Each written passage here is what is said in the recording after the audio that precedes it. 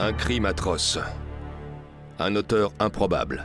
Le meurtre idéal pour la presse à sensation. C'était l'antithèse même de l'image de la Madone et de l'enfant telle qu'on se la représente habituellement. 5 jeunes enfants assassinés par leur propre mère. C'était la femme la plus dérangée que j'ai jamais vue. Même si elle est déséquilibrée, elle reste coupable. Les a-t-elle tués de sang-froid? Ou autre chose l'y a-t-elle poussé? Au Texas, si vous commettez un crime et que vous êtes déclaré non coupable pour cause d'irresponsabilité mentale, s'il s'agit d'un crime horrible, vous passerez quand même le restant de vos jours en prison. Une tragédie personnelle qui s'étalera dans la presse de manière indécente. Elle va autant horrifier que fasciner les téléspectateurs de toute l'Amérique.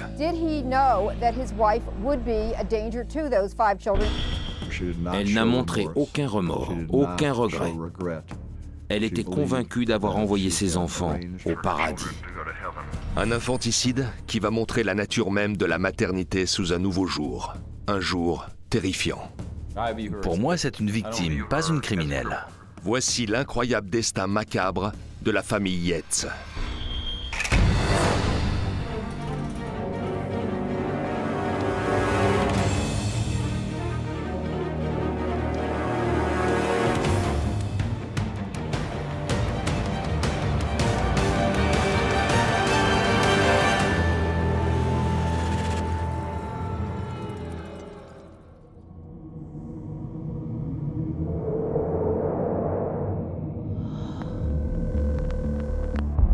Are you having a disturbance? Are you ill or what?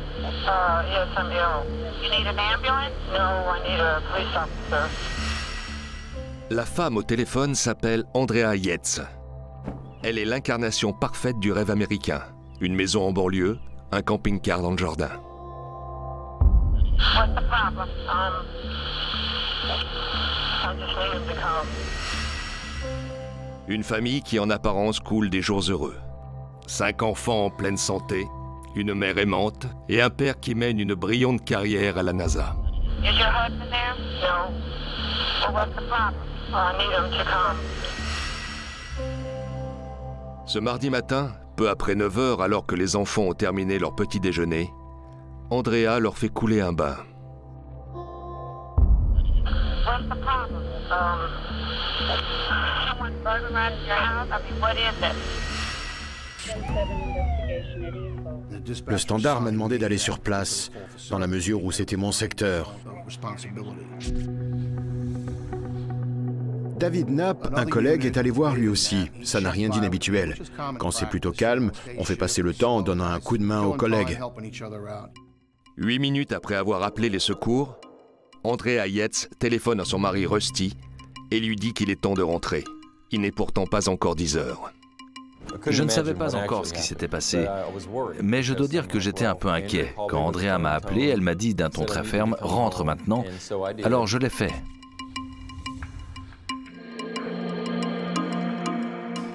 Je suis entré dans la maison. David est venu à ma rencontre dans l'entrée. J'ai demandé « Qu'est-ce qu'on a? Un homicide ?» Il m'a répondu. J'ai regardé sur ma droite et Madame Yates était assise sur le canapé, plus bas. À aucun moment, elle n'a levé les yeux vers moi. Je suis entré dans la pièce et je m'attendais à trouver un homme au sol, un cadavre. Mais j'ai beau regarder, il n'y avait rien. Jusqu'à ce que j'aperçoive cette tête minuscule qui me fixait de ses grands yeux. Cette petite tête était à 3 ou 4 mètres de moi au bord du lit. Mais qu'est-ce que c'est que ça? J'ai d'abord cru que c'était une poupée. Je me suis avancé jusqu'à elle et je l'ai touchée. Là, j'ai mis le doigt sur son front. Je n'avais toujours pas compris. J'ai soulevé la couverture et j'ai vu ce corps minuscule. C'était un petit être devant moi. J'ai pensé, oh Seigneur. Et j'ai continué de tirer la couverture. Et là, j'ai découvert les autres corps. 1, 2, 3, 4. Je suis retourné dans le couloir, je suis entré dans la salle de bain à droite et j'ai vu l'aîné qui flottait dans la baignoire, la tête vers le bas. Andrea Yates, une fervente chrétienne décidée à avoir autant d'enfants que Dieu lui en donnerait, vient de noyer méthodiquement ses propres enfants, l'un après l'autre, dans la baignoire de la maison. On ne savait pas quoi faire. On s'est regardé, le temps était comme figé à cet instant. Vous avez beau avoir fait je ne sais combien de formations, avoir travaillé sur des dizaines de scènes de crime, tout ce qu'on vous a appris, tous les gestes que vous avez l'habitude de faire, envolés. La police était dans le jardin devant la maison. Moi, je voulais entrer, mais ils m'en ont empêché. Et là, ils m'ont dit ce qu'il s'était passé. Je me souviens seulement m'être allongé dans l'herbe et m'être effondré. Le mari est arrivé et il hurlait « Andrea, tu as fini par le faire, tu as vraiment fait ça !» Elle restait assise là, elle regardait fixement la porte. Le visage impassible, sans la moindre expression, comme si elle ne ressentait aucune émotion. Ça a choqué tout le monde. Personne ne peut le nier, ou alors ils mentent. La nouvelle se répand comme une traînée de poudre. Très vite, la zone grouille de secouristes et de journalistes. C'est Frank Stumpo qui conduit Andrea Yates au poste. Les médias étaient partout. Il y avait au moins 50, 60 ou 70 journalistes. Vous imaginez, une femme qui vient de tuer ses 5 enfants, qui élimine toute sa famille. Et ils en font une star. Je lui ai dit d'ailleurs, ça y est, vous êtes célèbre. Je l'ai emmenée à la crime, je l'ai faite monter au premier, je suis parti. Qu'une mère tue son enfant, cela paraît déjà impensable. Mais lorsqu'il s'agit de 5 enfants, c'est tout bonnement inconcevable. Nous allons tenter de comprendre les raisons qui ont poussé Andrea Yates à en arriver là. C'était une perfectionniste. Elle était très bonne élève au lycée. Je crois même qu'elle était sortie major de sa promotion.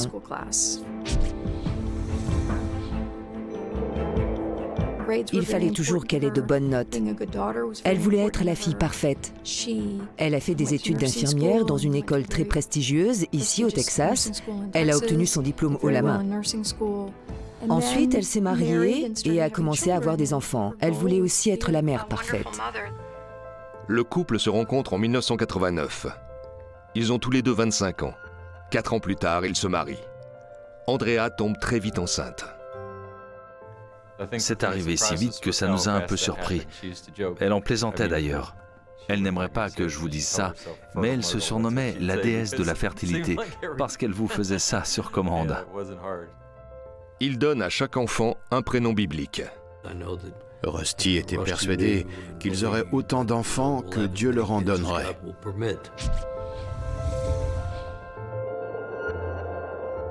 La famille Yates était très religieuse. Sur le plan de nos croyances, je dirais que nous étions tous deux relativement conservateurs. Depuis l'université, Rusty prend la religion très au sérieux.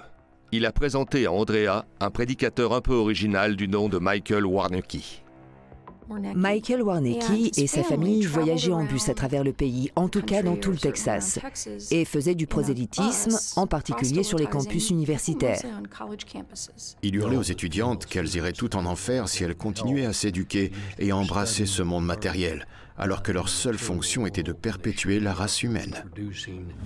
Si j'ai bien compris son message, le paradoxe, c'était que plus elles croyaient être de bonnes chrétiennes, plus elles pensaient avoir mérité leur place au paradis. Eh bien, c'était tout l'inverse.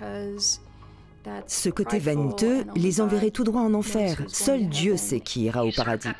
Ça ne mène nulle part de penser de cette façon. 1996.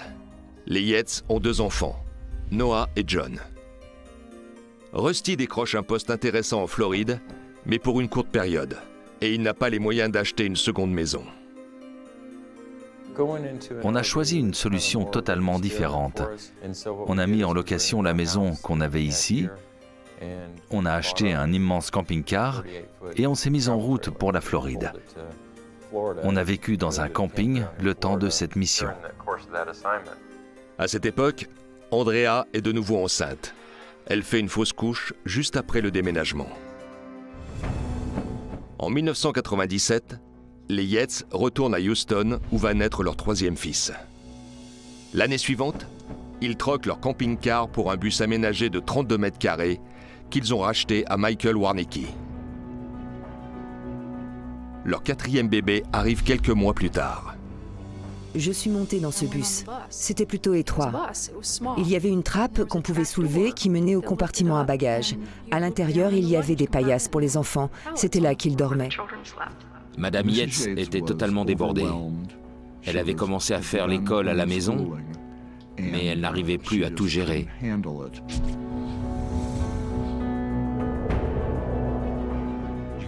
Imaginez donner les cours à la maison. Elle changeait les couches 24 heures sur 24.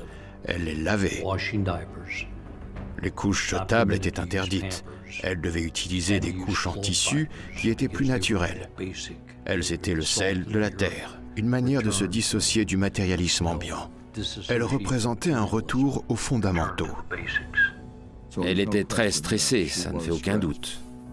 C'est à partir de là que sa vie bascule définitivement.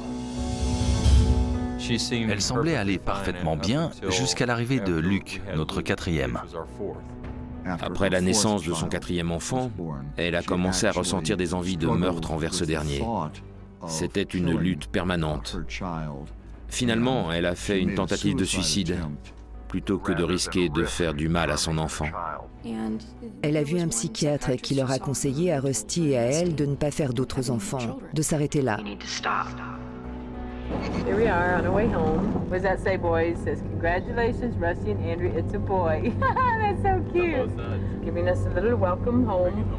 Yeah. Mais tout juste un an après, un cinquième enfant est en route. 36-year-old Andrea Yates shows no emotion minutes after admitting to police the unthinkable, murdering 5 children. L'affaire Andrea Yates a été ultra médiatisée. Premièrement, il y avait 5 enfants. Deuxièmement, Rusty Yates était tout disposé à parler aux journalistes. Il se prêtait volontiers au jeu des micros. C'est la conjonction de tous ces facteurs qui a fait passer cette affaire de fait divers national à une histoire suivie par le monde entier. Du jour au lendemain, et comme on pouvait s'y attendre, l'affaire Andrea Yates va donc déborder largement au-delà des frontières américaines. Tout le monde sait maintenant ce que psychose postpartum veut dire, un sujet encore très controversé à l'époque. On ne parle pas ici de baby blues, qui est une affection très courante. La psychose postpartum ne touche environ qu'une femme sur 1000. Souvent, le sujet est très psychotique. Elle a des hallucinations, elle délire. Elle ne sait plus du tout où elle en est et en général, ça nécessite une hospitalisation d'urgence. On June 20th, 2001, Andrea Yates called police to her home, showed them the bodies of her drowned children, Noah 7, John 5, Paul 3, Luke 2 and Mary 6 months. Je n'avais aucune idée de ce qui se passait. Je ne connaissais rien aux maladies mentales, à la dépression ou à la psychose postpartum. Plus vous avez d'enfants, plus le risque est important que ce genre de crise se produise de façon régulière. Et chaque fois, les épisodes psychotiques ont tendance à s'aggraver.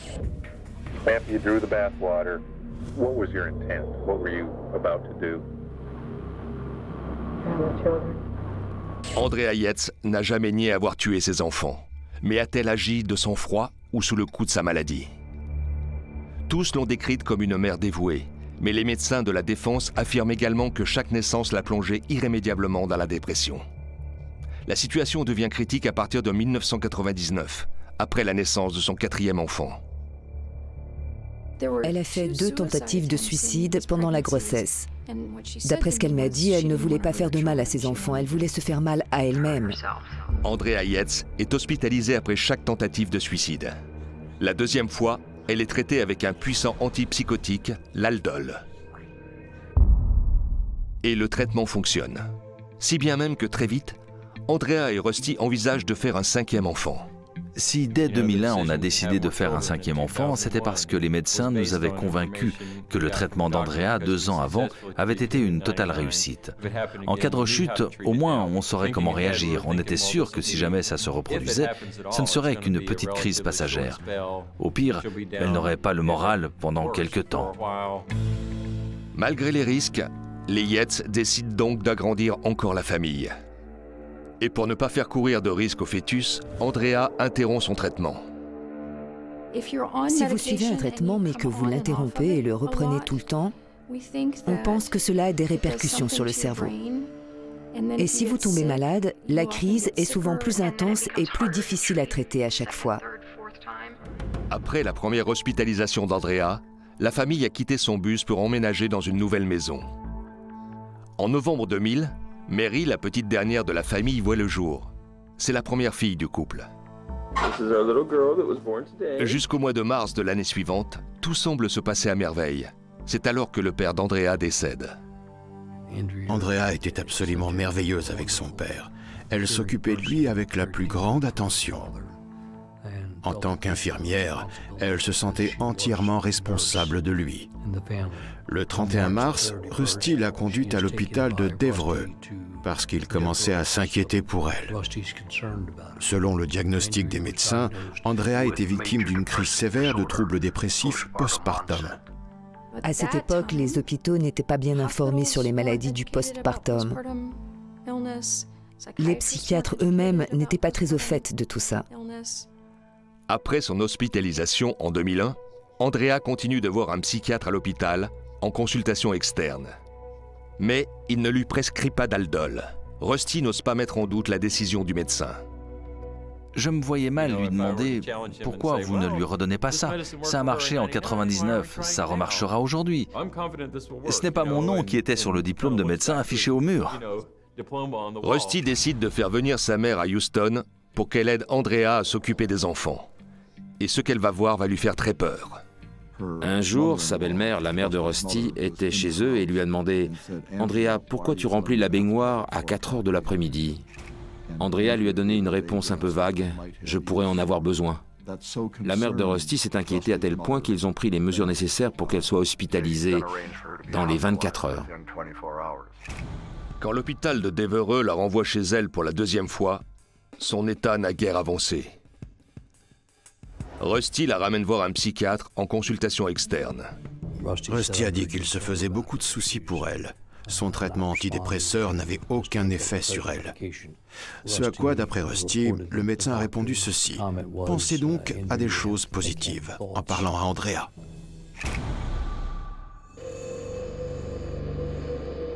Deux jours après ce rendez-vous, le 20 juin 2001, Andrea Yates noie ses propres enfants l'un après l'autre et attend ensuite patiemment que la police vienne l'arrêter.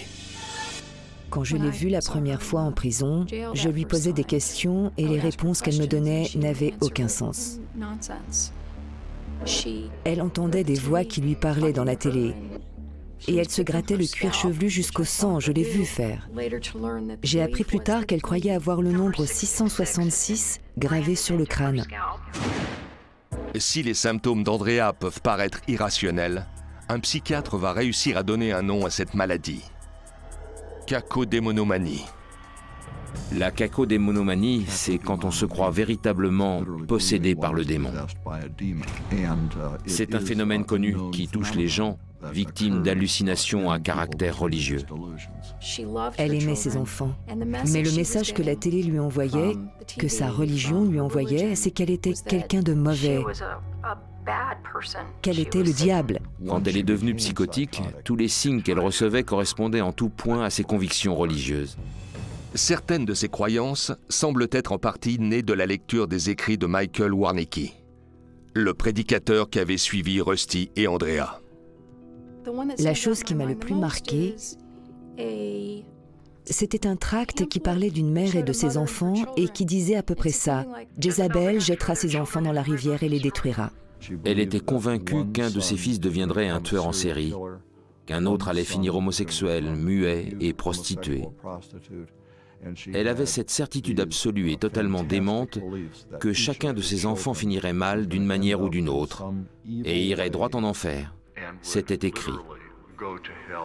Je ne savais pas que les croyances ou les pensées d'une personne pouvaient devenir si délirantes, qu'elles finissent par se persuader de choses insensées ou par entendre ou voir des choses qui n'existent pas.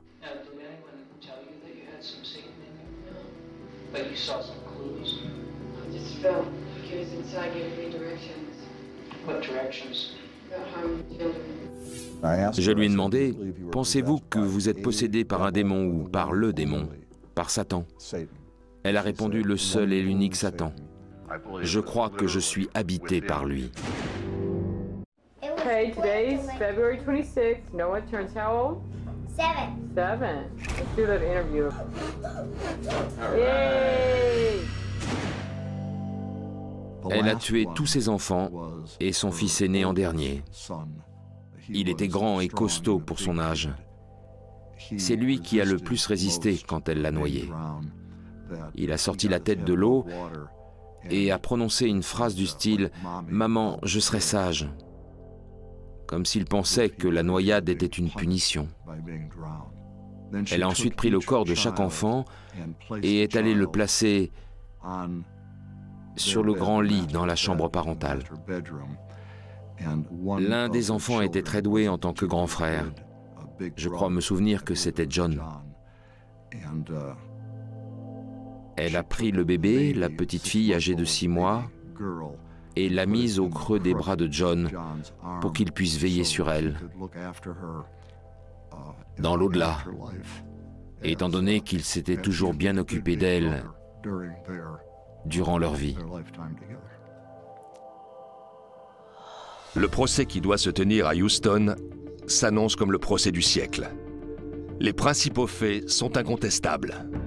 Le matin du 20 juin 2001, Andrea Yates, âgée de 36 ans, a méthodiquement noyé ses 5 enfants, l'un après l'autre. L'avocat de la défense, George Parnham, sait que la seule chance de sa cliente est de plaider non coupable pour cause d'aliénation mentale.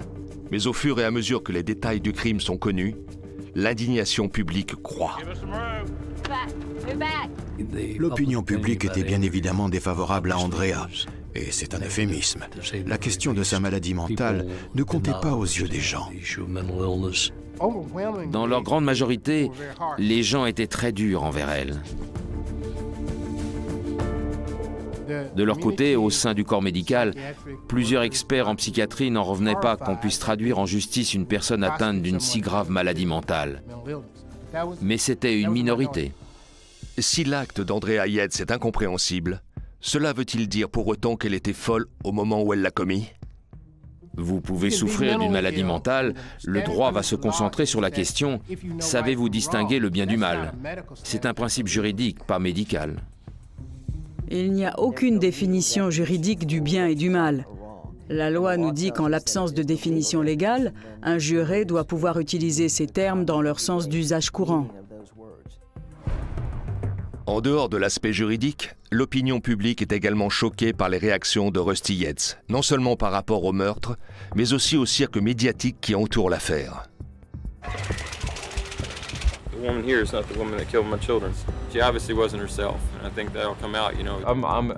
Je suis extrêmement surpris de voir que simplement parce que je défends le fait qu'Andrea était une mère formidable, les gens puissent penser qu'elle ne devrait pas être punie, que je cautionne son acte, pour ainsi dire.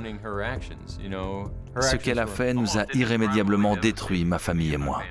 C'est comme s'il avait reçu une médaille. Il est allé se répandre dans les médias, a donné des interviews à la télé. C'était macabre. Il a même été jusqu'à passer un diaporama de ses enfants aux funérailles. Les funérailles ont lieu une semaine après les meurtres. Elles achèvent d'enfoncer Rusty aux yeux du public. Pour les gens, il faut un coupable. Comment ça a pu se produire? Pourquoi? De qui est-ce la faute? Et si vous étiez convaincu qu'Andrea Yates était atteinte d'une maladie mentale et que par conséquent ce n'était pas sa faute, c'était forcément Rusty qui allait porter le chapeau. Je crois que ce qui exaspérait le plus les gens, c'était qu'il souriait beaucoup. Il ne réagissait pas comme un mari et père éploré classique. Et maintenant qu'il avait donné cette image de quelqu'un de froid qui ne montrait quasiment aucune émotion, peu importe ce qu'il pouvait dire, le mal était fait. Le comportement de Rusty révolte la population de Houston au point que certains le soupçonnent d'avoir été complice des meurtres. Le bureau du procureur du comté de Harris a reçu un nombre incroyable de courriers demandant si lui aussi pouvait être tenu pour responsable de la mort de ses enfants. C'était même la tendance générale parmi tous les habitants de la ville. Ai-je fait tout ce que j'étais en mesure de faire pour aider Andrea et protéger nos enfants? Je pense que oui.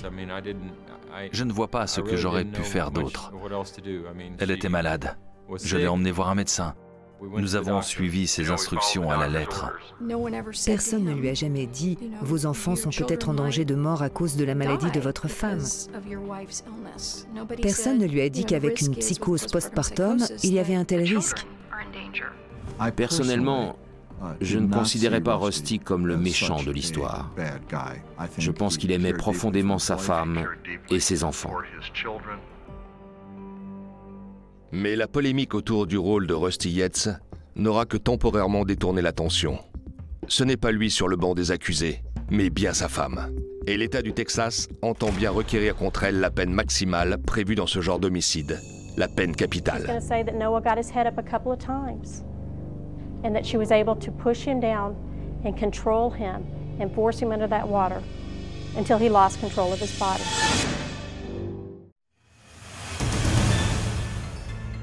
It's always an unthinkable act. Psychiatrists have a name for it, filicide, when a parent kills a child. Depuis quasiment le début, l'État du Texas est déterminé à demander la peine capitale contre Andrea Yates. De son côté, la défense choisit de plaider non coupable pour cause d'aliénation mentale.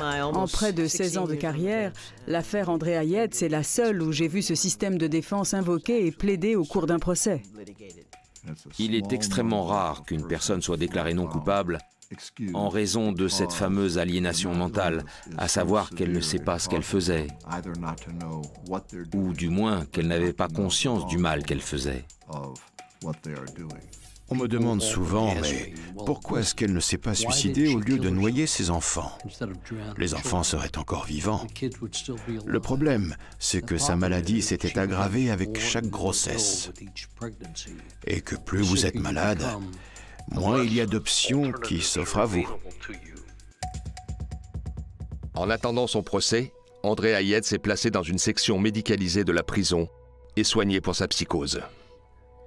Entre le moment de la tragédie et le moment du procès, son état s'est amélioré, au point qu'elle n'avait plus d'hallucinations. Le 22 septembre 2001, 3 mois et 2 jours seulement après le quintuple meurtre, Andrea Yates est déclarée apte à être jugée. Le procureur veut convaincre le jury que le mobile d'Andrea était de punir son mari pour ce qu'il lui faisait subir, comme habiter dans un bus, l'enseignement à domicile et les inconvénients d'un mode de vie très rudimentaire. La défense se garde bien d'évoquer une quelconque responsabilité de Rusty. Si je m'en étais pris à Rusty, comme beaucoup de gens le souhaitaient, le procureur aurait pu arguer devant le jury au moment de sa conclusion à la fin des débats qu'en réalité, en tuant ses enfants, elle cherchait à se venger de son mari pour tout ce qu'il lui avait fait endurer et qu'elle avait donc une intention cachée. Le procès s'ouvre en février 2002. Les deux camps appellent d'éminents psychiatres à la barre. Le docteur Philippe Resnick pour la défense et le docteur Park Dietz pour l'accusation. Ce dernier est célèbre pour avoir déjà témoigné dans l'affaire de John Hinckley. Le docteur Dietz est également consultant pour la série à succès New York Police Judiciaire. Les experts s'accordent sur plusieurs points. Nous étions d'accord sur le fait qu'elle était atteinte d'une maladie mentale très grave au moment des faits. Nous étions tous les deux d'accord sur le fait qu'elle croyait agir dans l'intérêt des enfants. Et nous étions d'accord sur le fait qu'elle savait que ce qu'elle faisait était illégal. Là où nos opinions divergeaient, c'était sur le fait que malgré le caractère illicite de ses actes, elle continuait de penser au bien de ses enfants. L'accusation affirme qu'il y a davantage de méthode que de folie dans son acte. Elle prétendait que l'ordre émanait de Satan lui-même. Mais logiquement, si vous êtes croyant et que Satan vous dit de faire quelque chose, vous commencez par vous dire que c'est mal, que ce serait mal agir. À partir de là, nous savions qu'elle était consciente que ce qu'elle faisait était mal. Et elle-même a reconnu qu'elle savait que ce qu'elle faisait était mal. Le docteur Dietz a témoigné que Madame Yates savait que c'était mal, non seulement du point de vue de la loi, mais du point de vue de la société et de Dieu. Ce témoignage l'accablait. Le docteur Dietz va même jusqu'à évoquer une possible source d'inspiration pour Andrea Yates. Il affirme à la barre que dans la semaine ayant précédé les meurtres, elle a vu un épisode de New York Police Judiciaire dans lequel une femme, pour échapper à ses responsabilités, est déclarée non coupable d'avoir noyé ses enfants. C'était la série qu'on suivait tous les deux. Quand elle regardait un épisode, je regardais avec elle. Donc, quand j'ai entendu ce témoignage, pour moi, c'était totalement inenvisageable. Mais aucun élément solide ne permet de réfuter le témoignage du docteur Dietz. Après 3 semaines de procès, le jury rend son verdict en à peine 4 heures. Quand le jury est revenu, j'ai vite compris ce qu'ils avaient décidé. rien qu'en voyant leur visage. We, the jury, find the defendant Andrea Pia Yates guilty of capital murder as charged in the indictment. J'étais anéanti. Sachant à quel point Andrea aimait ses enfants et à quel point ses enfants l'aimaient, sachant qu'elle ne leur aurait jamais fait de mal si elle n'était pas atteinte d'une maladie mentale, je la vois et je comprends que les gens aient du mal à le comprendre. Moi, je la vois comme une victime. Je ne la vois pas comme une criminelle. Dans la phase d'examen de la sentence, en revanche, le jury prend parti pour la défense et rejette la peine de mort. Andrea Yates est condamnée à la prison à perpétuité. Je n'avais pas envisagé de pouvoir perdre ce procès. Quand je suis retourné m'asseoir près d'Andrea et qu'elle m'a demandé ce qui allait se passer maintenant, je lui ai dit « Ne vous en faites pas, ça va aller ». Je lui ai tapoté le genou et je suis retourné à ma place. Et là, j'ai entendu un grondement qui s'est levé dans la salle à cause du témoignage concernant l'épisode de New York Police Judiciaire. À peine la sentence a-t-elle été prononcée que le témoignage de Park Dietz est remis en question. Le bruit court que le fameux épisode de New York Police Judiciaire n'a jamais existé. La défense reprend tout à coup espoir. Au bureau, nous avons épluché tous les scripts de la série sur le net. On cherchait des titres reflétant l'histoire d'une femme ayant noyé ses propres enfants dans la série New York Police Judiciaire. Nous n'en avons jamais trouvé. Aucun n'avait un tel scénario. Susan O'Malley, une journaliste qui couvre l'affaire, a écrit plusieurs épisodes de la série. Elle met l'avocat de la défense en contact avec son créateur, Dick Wolf. Et Dick Wolf m'a dit « Maître Parnham, je peux vous assurer avec tout le respect que j'ai pour Park Dietz qu'aucun épisode de ce genre n'a jamais été diffusé ni même programmé. » L'avocat demande immédiatement l'annulation du procès. Sa requête est rejetée. Qu'est-ce que le témoignage de Park Dietz avait à voir avec la condamnation? Il n'y avait pas de quoi casser le jugement. Elle aurait pêché cette idée dans un épisode de la série télé qui n'a jamais existé. On ne va quand même pas annuler la condamnation d'une personne qui a tué 5 enfants pour ça. C'est absurde.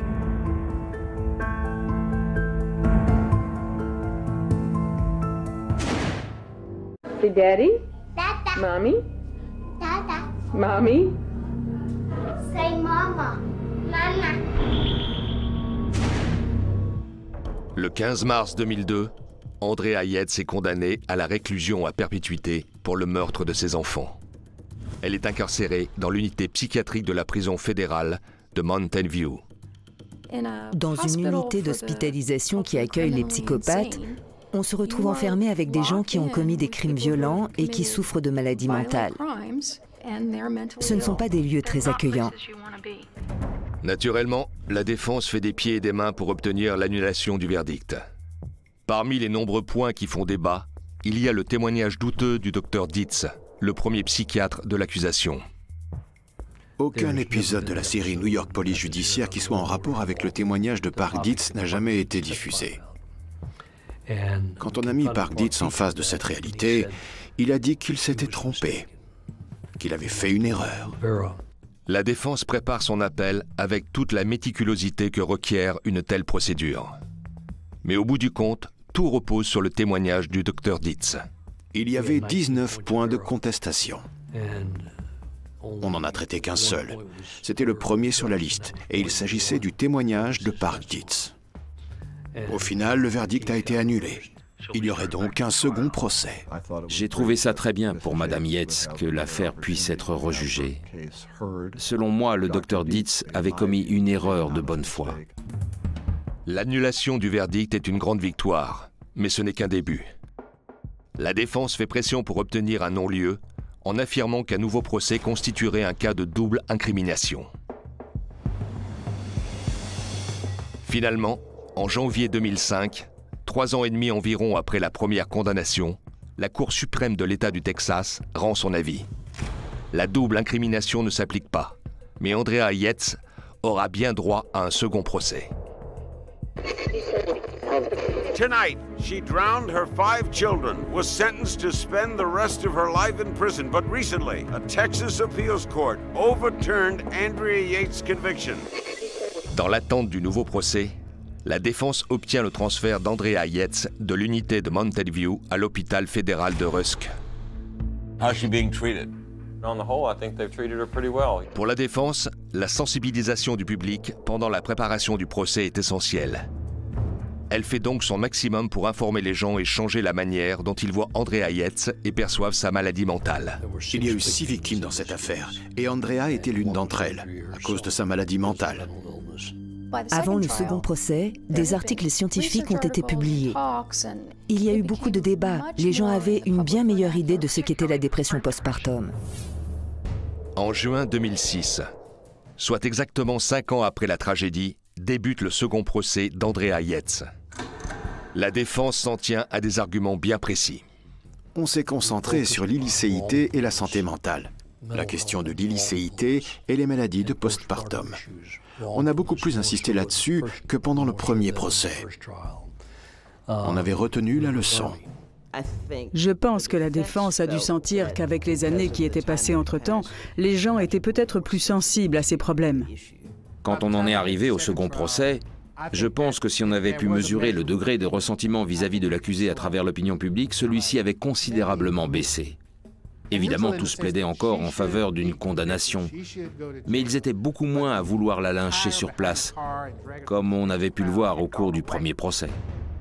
Après 1 mois de témoignages, le jury délibère pendant 13 heures réparties sur 3 jours. Après 3 jours de délibération, le jury a souhaité voir des photos des enfants. Une demi-heure après, le jury a fait savoir qu'il avait rendu son verdict. Certains jurés étaient en pleurs, et s'ils avaient demandé à voir les photos, c'était pour observer 2 minutes de silence pour chaque enfant, en mémoire de cet héritage funeste.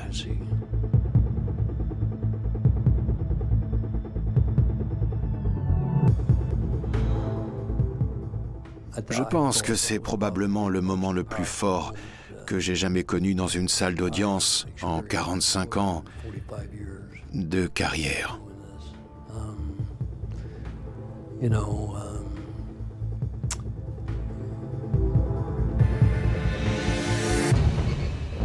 The court has been advised that the jury has reached a verdict. And now the jury must decide. Did Yates know right from wrong when she drowned her 5 children in the family's bathtub? All rise for the jury, please. The court has been advised that the jury has reached a verdict. We, the jury, find the defendant Andrea P.A. Yates not guilty by reason of insanity. Juror number 15? Yes. Juror number 37? Yes. Juror number 52? Yes. 5 ans, 1 mois et 6 jours se sont écoulés depuis la tragédie. We're all, thrilled with the verdict. Last time the judge said, find the defendant guilty, and we just thought she left out the word not, and this time we heard it, so we're happy. Andrea Yates est placée sous les compétences des services de santé de l'État du Texas. Elle réside actuellement à l'hôpital fédéral de Kerrville. Aucune date n'a été fixée pour sa libération. Je ne crois pas qu'il y ait un juge quelque part qui puisse un jour signer un papier stipulant que Andrea Yates pourrait être libre en ne faisant l'objet d'aucune surveillance, d'aucun suivi. Je ne pense pas qu'Andrea soit jamais libre un jour au sens figuré. Elle doit vivre en permanence avec le souvenir de ses enfants. Il lui manque terriblement. Ce qui est arrivé à Andrea Yates, ce n'est pas parce que c'est quelqu'un de mauvais ou de criminel qu'il faut éliminer.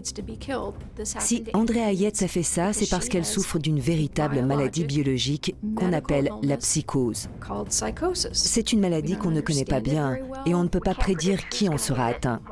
Je peux lui pardonner et en fait, à de nombreux points de vue, je ne lui en ai jamais voulu. Mais je ne pourrais plus vivre avec elle. Rusty Yates et Andrea ont divorcé après le premier procès. Aujourd'hui, Rusty a repris des études de droit, s'est remarié et a eu un fils. Il est toujours en contact avec Andrea. Je reconnais que quand il a fallu prendre la décision de demander le divorce, ça a été quelque chose d'extrêmement difficile. Et ça a probablement pris plus de temps que ça n'aurait dû. Mais j'ai fini par comprendre qu'il y avait une différence entre le fait de pardonner quelqu'un et ce qui se passe ensuite. Je parle avec Andrea environ 4 fois par semaine. Ça fait longtemps que notre relation n'a plus ce côté strictement professionnel et qu'elle a pris une tournure plus personnelle. Elle est comme ma fille. C'est comme ça que je vois Andrea aujourd'hui. George Parnham et moi, avec l'Association pour la santé mentale de Houston et d'autres personnes, avons lancé le Yates Children Memorial Fund. C'est un fonds commémoratif en l'honneur des 5 enfants de la famille Yates. Le plus tragique dans cette histoire, c'est leur disparition. On est un cas extrême. On a perdu notre famille. Andrea a été inculpée de meurtre passible de la peine capitale car elle n'avait pas été soignée pour sa maladie mentale. Après tout ce que j'ai vécu, je fais de mon mieux pour essayer de redonner du sens à ma vie et de faire en sorte de pouvoir aider les gens atteints de maladies mentales.